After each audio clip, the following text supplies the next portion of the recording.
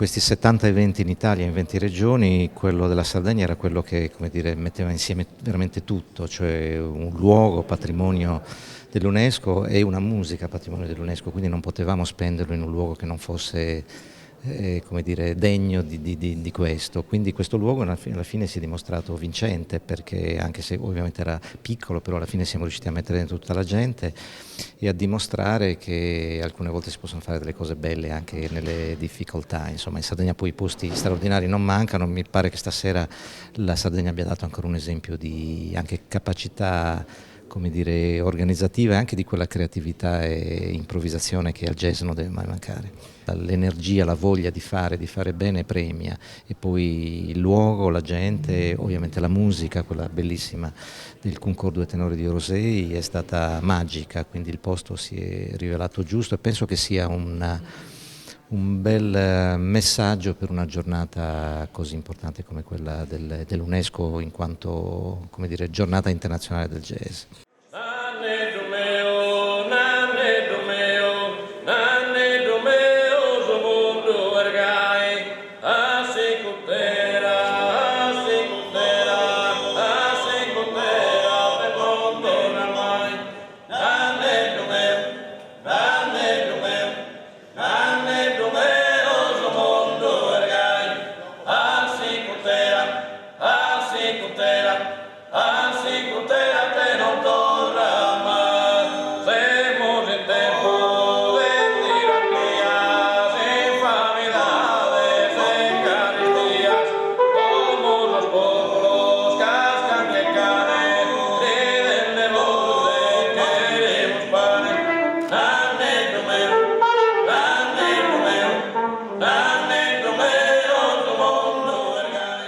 Ma devo dire che quando io sento loro di Rosé, ma anche tanti altri gruppi, come dire, per me il piacere più grande è stare ad ascoltare, non suonare, perché ogni volta che suono con loro mi sembra di essere uno in più.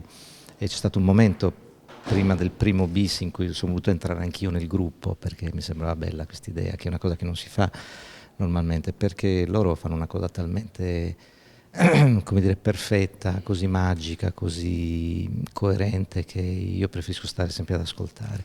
Però ovvio che quando si sta sullo stesso palco poi c'è anche la voglia di dialogare, sarebbe ingiusto forse non farlo indipendentemente dal risultato.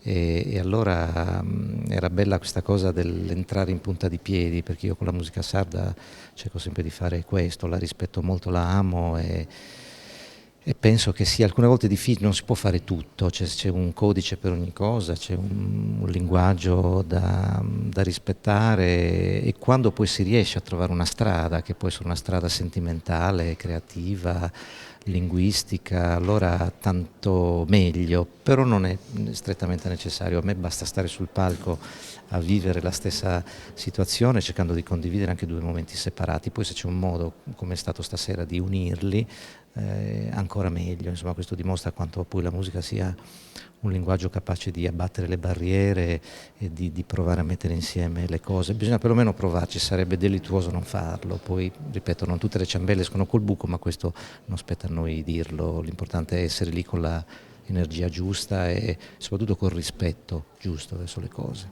È stata una bella esperienza, è un'esperienza che dura da un po' di tempo, nel senso che non è la prima volta che fondiamo le voci e la tradizione con le musiche di Paolo, ma anche di altri artisti come Ernest Reiseger o altri nell'ambito del jazz.